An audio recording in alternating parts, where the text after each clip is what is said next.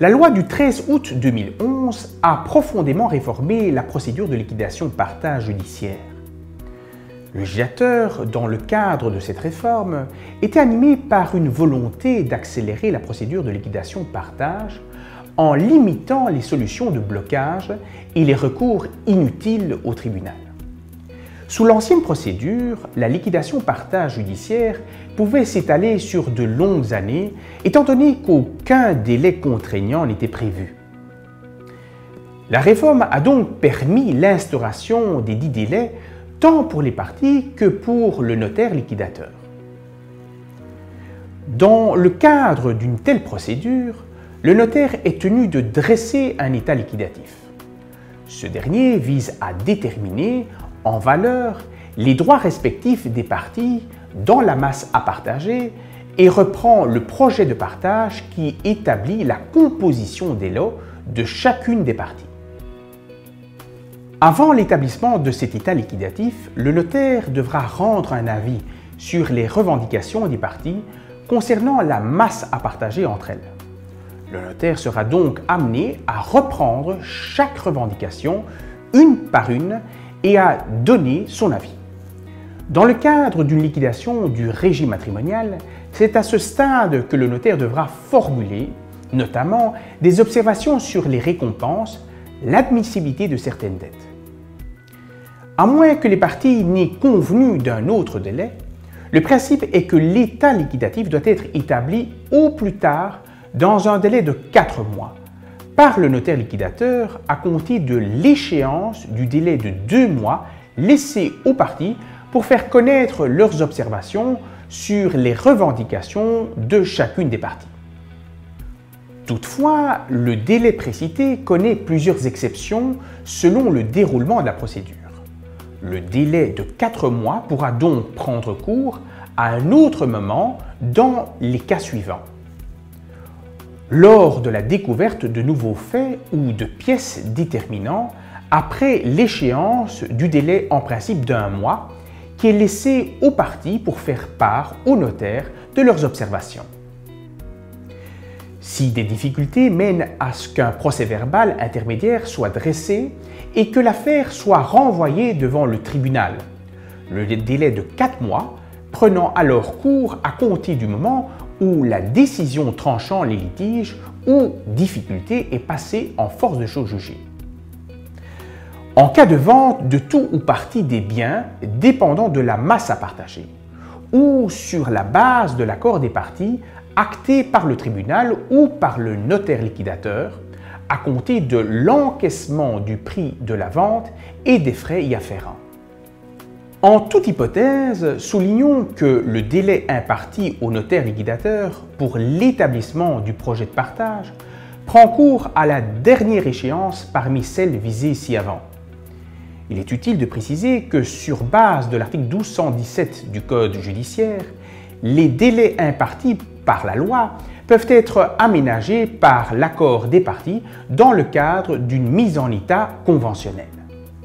À défaut de délai convenu, le juge peut, à la demande d'une partie ou du notaire liquidateur, réduire les délais visés par le Code judiciaire eu égard aux éléments propres à la cause, et ce en vue de permettre l'aboutissement de la procédure de partage dans les meilleurs délais. Afin que chacune des parties puisse, le cas échéant, formuler des contredits à l'égard de l'état liquidatif, le notaire liquidateur doit sommer les parties par exploit d'huissier, par lettre recommandée ou contre un accusé de réception daté, de prendre connaissance de l'état liquidatif contenant le projet de partage. À ce stade de la procédure, il faut distinguer deux hypothèses selon que les parties formulent ou non un ou plusieurs contredits. Si les parties n'ont pas formulé de contredit, le notaire liquidateur procède, lors de la clôture des opérations, à l'attribution des lots conformément à l'accord de toutes les parties. Ou à défaut d'un tel accord, par tirage au sort et signe avec les parties comparantes le procès-verbal de clôture. L'acte de partage devient alors définitif comme partage amiable.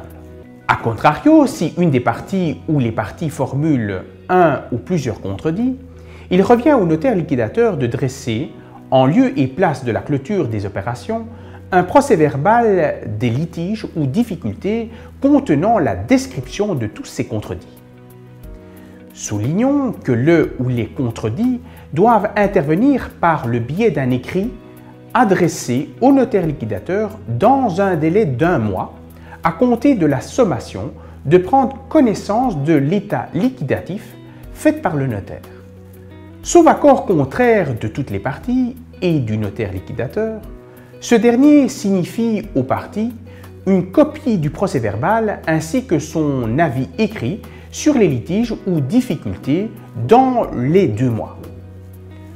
Au même moment, le notaire liquidateur dépose au greffe une expédition du procès-verbal des litiges ou difficultés, de son avis écrit, du procès-verbal d'ouverture des opérations, ainsi que de tous les procès-verbaux subséquents et de l'inventaire, une copie de l'inventaire des pièces des parties, ainsi qu'une expédition de l'état liquidatif.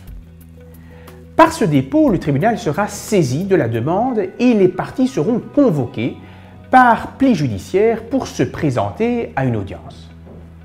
À cet égard, la Cour de cassation s'est prononcée dans un arrêt du 6 avril 1990, considérant que seuls les contredits formulés dans le procès-verbal peuvent être invoqués devant le tribunal. Il existe néanmoins quelques exceptions.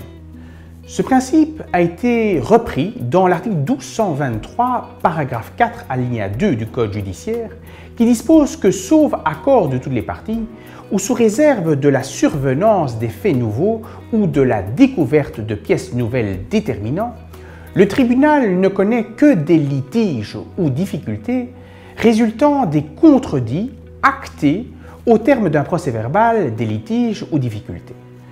Le tribunal sera tenu de trancher les litiges ou difficultés qui lui sont soumis. Il peut homologuer purement et simplement l'état liquidatif ou renvoyer vers le notaire liquidateur afin que ce dernier puisse dresser un état liquidatif complémentaire ou un état liquidatif conformément aux directives du tribunal.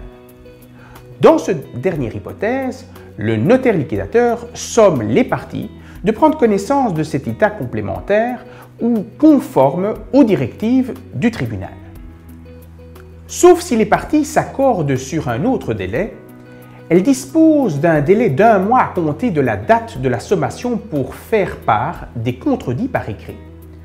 Soulignons que, sauf découverte de nouveaux faits ou de nouvelles pièces déterminants, les contredits ne peuvent porter que sur les litiges ou difficultés liées à l'adaptation de l'état liquidatif conformément aux directives du tribunal ou le cas échéant sur les litiges ou difficultés nouveaux résultant de ladite adaptation.